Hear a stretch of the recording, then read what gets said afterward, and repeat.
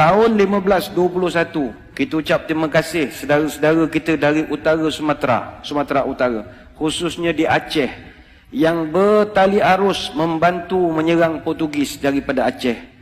Tahun 1521, Sultan Ali Muhayyad Shah, Sultan Aceh pertama, dia serang Melaka. Serang tapi tak menang sebab Portugis ni kuat ketika itu. Datang pula Sultan Alauddin Al-Qahar, Sultan Aceh yang ketiga. Dia serang Melaka 3 kali. 1537 dia serang, kalah. 1547 dia serang guna kapal, pun kalah. Tahun 1564 dia minta bantuan dari kerajaan Turki Utsmani. Semasa itu kerajaan Turki Utsmani diperintah oleh Sultan Sulaiman yang merupakan Sultan Turki Utsmaniyah yang ke-10, minta tolong tapi gagal. Adakah Portugis terlampau kuat? Tidak juga. Portugis tak kuat. Tapi di kalangan orang Melaka ketika itu, seronok kerja dengan Portugis. Jadi dia orang dah dapat gaji, ada allowance, ada pangkat, ada apa. Dia orang pula mempertahankan Portugis yang malam, pagi, petang. Jadi Portugis main wayang sajalah. Orang-orang kita yang berlawan sesama kita.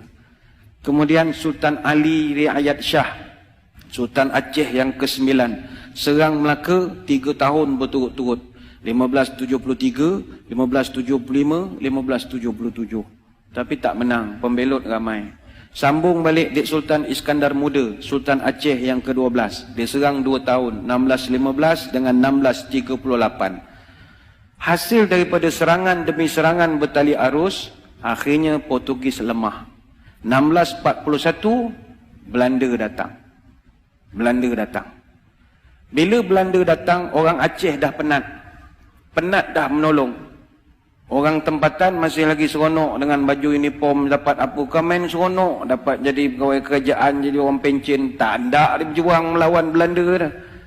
Belanda datang tahun 1641, kita ucap terima kasihlah kepada saudara-saudara kita dari Makassar, Bugis.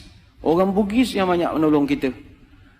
Orang Belanda datang jajah Melaka, Johor, berapa tahun? 183 tahun. 183 tahun. Datanglah orang-orang Bugis tahun 1782 sampai 1784, yang itu memang serang habis-habisan. Maka dicatatkan dengan tinta emas dalam sejarah negara. Muncullah satu orang pahlawan terbilang, marhum Raja Haji Fi Sabilillah Ibni Daing Celak, yang digelarkan marhum Teluk Ketapang.